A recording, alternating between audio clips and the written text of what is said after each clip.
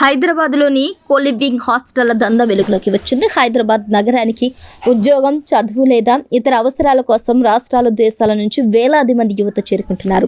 వారిని టార్గెట్ చేస్తూ కొంతమంది హాస్టల్ నిర్వాహకులు దోపిడీకి పాల్పడుతున్నారు. కోలివింగ్ హాస్టల్స్ అంటూ వేలకు వేలు దోచుకుంటున్నారు. హైదరాబాద్లోని చాలా ప్రాంతాల్లో ఈ కోలివింగ్ హాస్టల్స్ పెరుగుతున్నాయి. మాధాపూర్, జూబ్లీ హిల్స్, హైటెక్ సిటీ, బేగంపేట్, కుకట్పల్లి వంటి ప్రముఖ ప్రాంతాల్లో ఈ హాస్టల్స్ ఎక్కువగా ఉన్నాయి.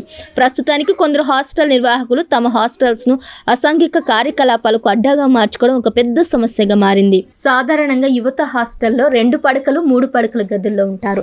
ఎందుకంటే ఇది నూతన స్నేహ సంబంధాలను నిర్మించడానికి, ఉద్యోగాల మధ్య సంబంధాలను మెరుగుపరచడానికి, విద్యార్థులకు చదువులో ఒకరినొకరు సహాయం చేసుకోవడానికి సహాయపడుతుంది. అయితే కొన్ని పీజీ హాస్టల్స్ దారి తప్పుతున్నాయి. హాస్టల్ నిర్వాహకులు ఇక్కడ చీకటి దందాన్ని నడిపిస్తున్నారు. ఒకే గదిలో అమ్మాయి, అబ్బాయి ఉండవచ్చు అంటూ ప్రకటనలు చేస్తున్నారు. తెలిసిన వారి ద్వారా సిటీకి వచ్చిన వారిని ఈ బారిన పడేలా చేస్తున్నారు.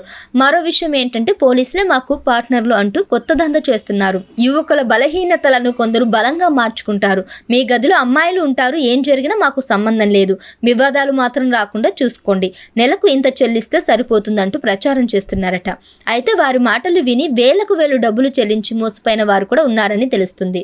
సాధారణంగా ఉద్యోగులు, విద్యార్థులు ఆతిథ్య కార్యక్రమాలకు వచ్చి ఇతరులు పీజీ హాస్టల్స్లో చేరడం ఎక్కువగా చూస్తూ ఉన్నాం. కానీ కోలివింగ్ హాస్టల్స్లో మాత్రం వివిధ వయసుల వ్యక్తులు వివిధ జాబ్స్ చేస్తూ ఒకే గదిలో ఉండవచ్చు. కోలివింగ్ హాస్టల్స్లో లగ్జరీ సౌకర్యాలు కూడా ఉంటాయి.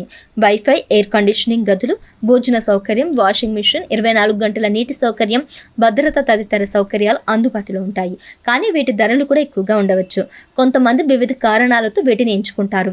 అయితే కొందరు మాత్రం సాంఘికంగా కార్యకలాపాలకు మాత్రం వాడుకుంటుంటారు. కానీ నగరంలో ఎన్నో బాయ్స్, గర్ల్స్ హాస్టల్స్ ఉన్న కోలివింగ్ ఆశ చూపి వారి జీవితాలతో ఆడుకుంటున్నారు హాస్టల్స్ నిర్వాహకులు. ఇలాంటి వాటిపై పోలీసులు దృష్టి పెట్టాలని నగరవాసులు కోరుతున్నారు.